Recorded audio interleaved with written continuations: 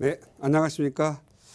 우리 앵커님이 어떤 게 행복이냐, 소소한 것으로부터 행복이라고 이렇게 말씀하시는 거 듣고, 역시 그래도 세상에 느끼는 걸, 느낌을 긍정적으로 받아들이고 늘 새롭게 받아들이는 게 행복이 아닌가 생각을 합니다. 저는 늘 행복에 대해서 이렇게 생각을 하는데, 고민이 있는 사람이 행복을 느낄 수 있다, 이렇게 생각을 합니다. 늘 행복으로 자극을 한다면 행복을 느끼지 못합니다. 그래서 고민을 해결을 할 때 저는 가장 행복을 많이 느낍니다. 우리 시청자님들 지금 고민이 많으실 겁니다. 지금 고민 상담 전화 주시기 바랍니다. 여러분의 고민을 행복으로 바꿔드리도록 하겠습니다. 네, 여러분께서는 가지고 계시는 그 고민 해결하면서 행복하시고 또 여러분의 고민 또 해결해 주시면서 대표님도 행복하시고 두 개의 행복을 이 시간 통해서 다 찾아가셨으면 좋겠습니다. 자, 오늘 이 긍정의 아이콘 차윤원 대표와 함께 여러분의 고민 이야기도 가득 채워서 나눠볼 텐데요. 먼저 고민 만나보기에 앞서서 또 꼭꼭 박사의 명강의 시간 빼놓을 수 없겠죠. 자, 오늘은 어떤 기분 좋은 노하우 전해주실까요, 대표님?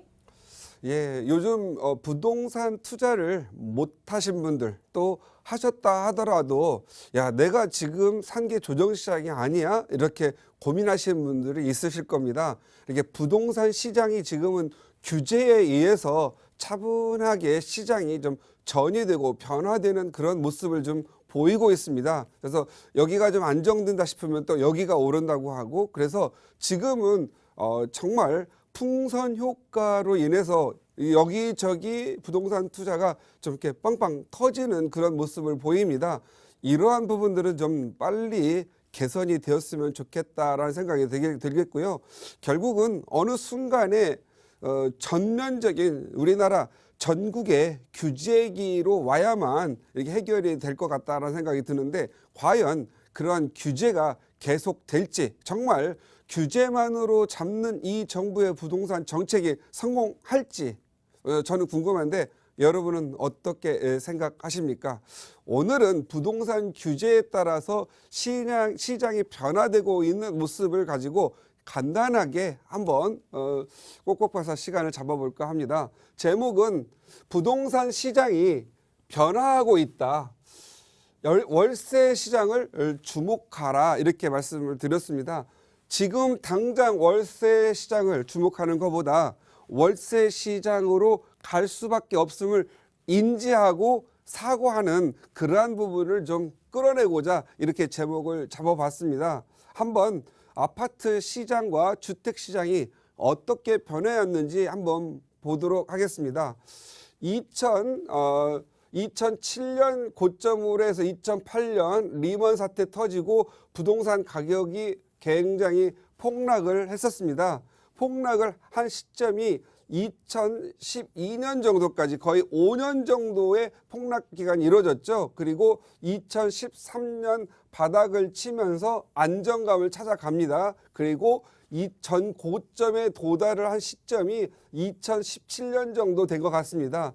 이때 시장을 그대로 놓아두었더라면 수요와 공급 시장에 의해서 아마 조정 기간을 거칠 뻔한 시기가 있었는데, 느닷없는 부동산 규제가 들어오면서 부동산을 팔 수가 없게끔 되고, 그리고 부동산 가격이 오를 수밖에 없는 상황에 도달을 해서 부동산이 규제를 하면 할수록 더 올라갔죠. 부동산이 갑작스럽게 폭등을 하게 된 게 가장 파리 조치부터 시작될 수 있겠다고 보면 될 것 같고, 9.13 조치, 결국 규제가 이제는 작년 12, 16 규제 조치까지 이르면서 부동산 시장을 완전히 멎게 할 방법으로 가고 있죠. 그런데 시장은 이렇게 반응하지 않고 규제를 피해서 시장이 전이되고 있다, 변화하고 있다, 이렇게 보시면 될 것 같고, 결국은 규제의 폭은 계속 넓어짐으로써 규제를, 또 그 규제를 피해서 가는 영역이 넓어지다 보면 결국은 전국적으로 규제를 확대해야 하는 지금 무모한 규제 시기간이 지금 계속되고 있다라는 거죠. 제가 보기엔 지금 근본적으로 이 규제 이전에 공급의 문제를 좀 생각을 해야 되는데요. 서울 시내만 해도 그렇습니다. 서울 시내에 지금 현재 유주택자들이 주택을 다시 사는 경우가 많은데, 유주택자라고 하는 것을 보면 정상적으로 방 3개에 아주 뭐 어느 정도 양질은 아니지만 어느 정도 살만한 아파트가 과연 얼마나 있는가에 대해 생각을 해봐야 되겠죠. 서울 25개구를 보면 아파트와 그리고 방 3개짜리 아파트와 방 2개 원룸을 비교해 보면 우리나라의 지금 현재 시장의 특히 서울 같은 경우에는 원룸과 1.5룸, 투룸도 주택수에 포함시켜서 엄청난 주택이 공급된 것인 것처럼 현재 계산되고 있지만, 사실상 아이 하나를 키우기에 적당한 그러한 주택들의 공급은 현저하게 낮은 수준이다. 그래서 과감한 이 박원순 시장의 어떤 그 굉장히 규제적인 그러한 정책에서 조금 서울 시민들에게 맞는 좀 과감한 규제 해제를 통해서 어느 정도 살만한 주택의 공급이 선행되지 않고서는 이러한 부분들이 계속되지 않겠느냐, 이렇게 생각이 되고, 지금 강남이 2013년부터 14, 15, 16, 17, 18, 19 이렇게 올랐다라면 어느 정도 갭 메우기를 시작한 강북 쪽의 아파트들, 주요 지역들이 또 오르게 되겠고, 다음에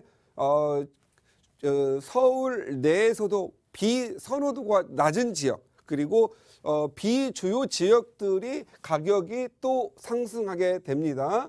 그러다가 어느 정도 서울 외곽 쪽 1기 신도시, 2기 신도시 등 좀 어느 정도 분당 같은 곳들이죠. 이런 곳들이 역시 2017년 8월부터 또 가격이 규제에 의해서 풍선 효과로 오르게 되죠. 이런 부분들을 우리는 갭 메우기 또는 갭 따라잡기, 뭐 또 키 맞추기, 이런 식으로 계속 돼 왔다라는 거죠.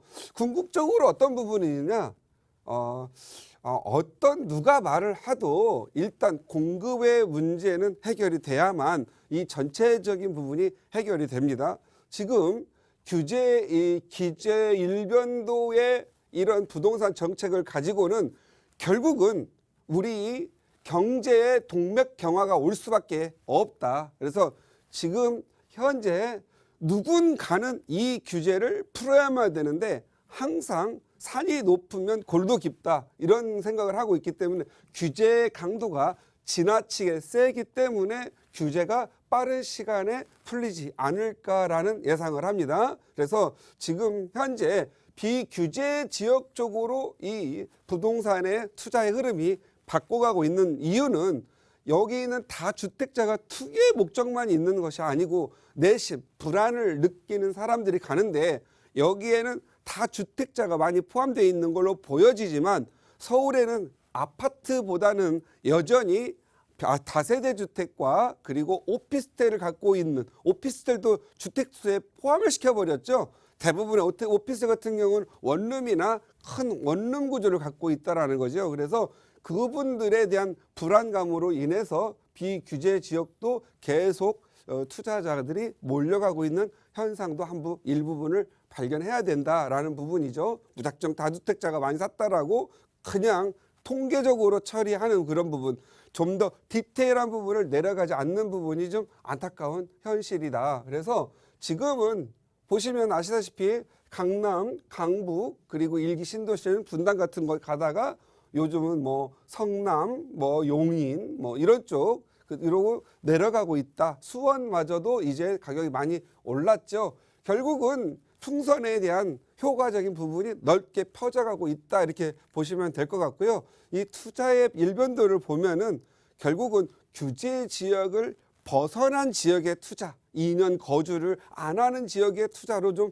몰려가고 있다, 이렇게 보시면 될 것 같고, 또 한편으로는 지역적 변화가 있다라면은 구매를 욕구를 하는 그러한 형태 전환이 좀 되고 있다, 이렇게 보시면 될 것 같고, 매매 일변도의 거래였죠. 매매에서 이제 서서히 매매 가격이 오르는 기간도는 너나 나나 전세를 사느니 손해본다는 생각으로 전세 자금 대출을 받아서 전세를 살고 매매로 많이 갔죠. 그런데 전세 가격은 오르지는 않았습니다. 전세가 높으면 낮은 곳으로 흘러가는 현상이 있었고, 기왕이면 전세로 큰 돈을 넣느니 나는 전세 자금 대출을 활용해야 되고 신용 대출을 활용해야 되기 때문에 나도 그걸 활용을 해서 매매로 가야 되기 때문에 이런 현상을 보였죠. 그런데 이제 규제 일변도로 가면서 가격이 조정 지역으로 조정한다고 하고, 또 3기 신도시에 대한 부분에 대한 그 어떤 공급을 분양을 받기 위해서 서서히 전세값으로 이전되고 있다라는 부분들이 많이 보이고 있죠. 그러면 궁극적으로 이 상태에 매매값이 오르고 조정받고 전세값이 계속 오른다라면 이 전세값 오른 부분들의 자금이 어떻게 갈까?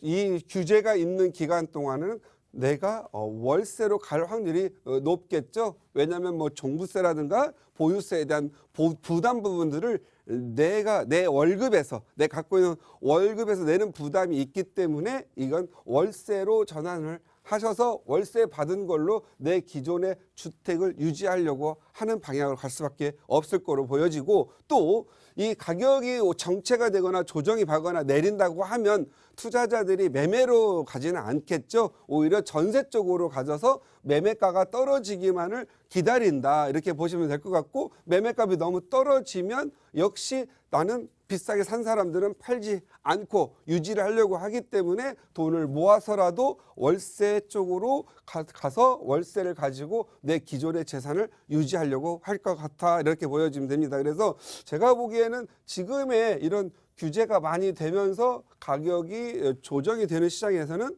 전세 시장이 확대되다가 어느 정도 전세값이 오르면 월세 시장으로 궁극적으로 한 번 정도는 흘러가지 않겠느냐. 그래서 월세가 잘 나오는 지역을 주목할 필요가 있는 시장이 됐다, 이렇게 보시면 될 것 같습니다.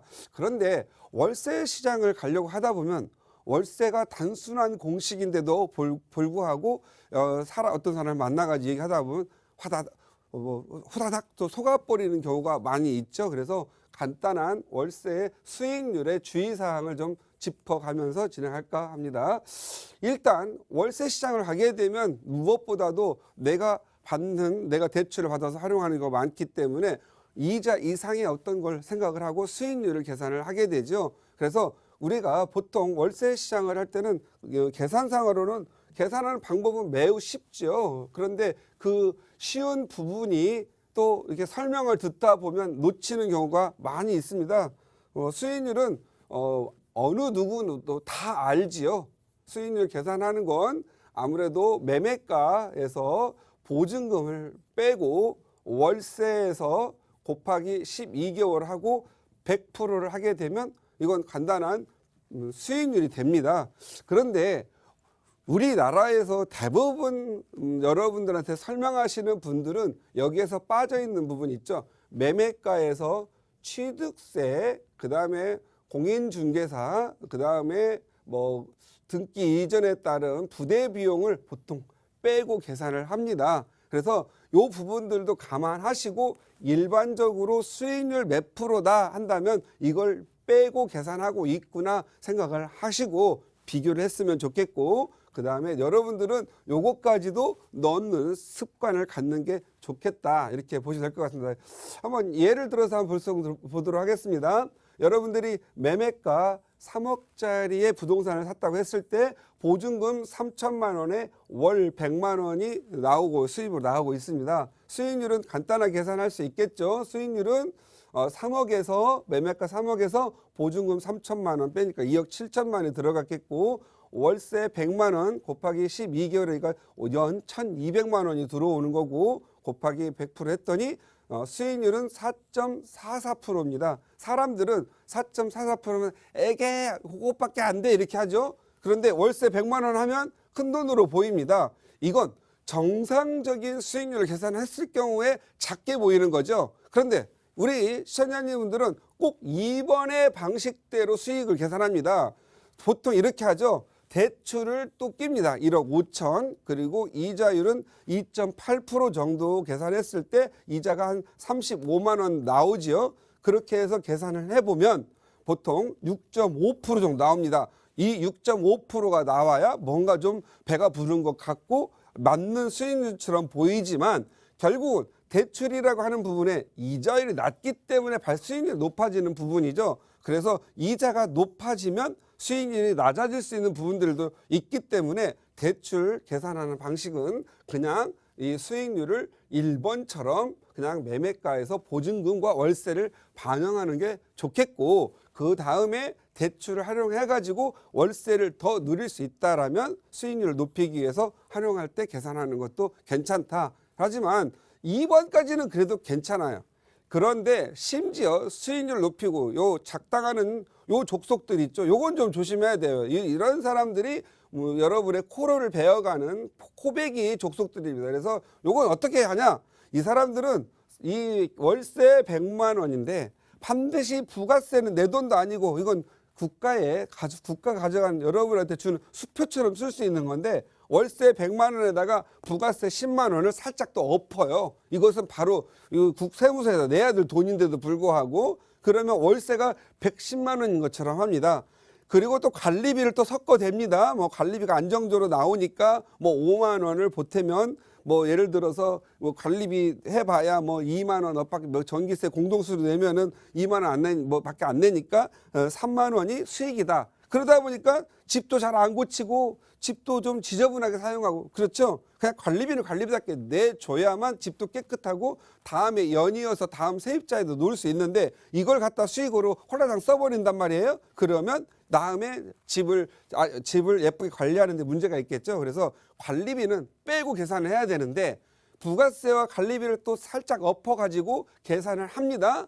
이렇게 해서 수익률 계산해보면 8%로 둔갑을 하죠. 4.4%짜리 수익률을 8%로 둔갑시켜서 브리핑하다 보면, 설명하다 보면 이것저것 따지지 못하고, 아시죠? 나이 55세에서 66세 넘어가면 먼저 저도 노안이 있어가지고 노안이 있죠. 그리고 이것저것 들으면 금방 까먹고 그 다음에 이것저것 논리 생각하려면 귀찮아요. 그래서 상대가 말하는 거 100% 믿고 와가지고 계약해서 수익률 100% 해가지고 잔금 딱 하고 나서 보니 어느 날 왜 이렇지, 이게 뭔가 앞으로 남는데 뒤로는 뭐 까지는 것 같아. 그래서 정상적으로 수익률 계산을 봤더니 4.44%밖에 되지 않는 거예요. 그래서 여러분들은 적어도 이 3번을 가지고 말하는 사람들은 그냥 싹 만나지도 말고 그 자리에서 그냥 일어나셔서 그냥 헤어지기 바랍니다. 이런 사람들은 여러분한테 결코 도움이 되지 않는 분들이다, 이렇게 보시면 될 것 같고요.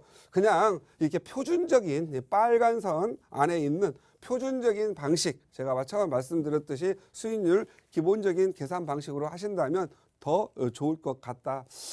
세상이 요즘 험난합니다.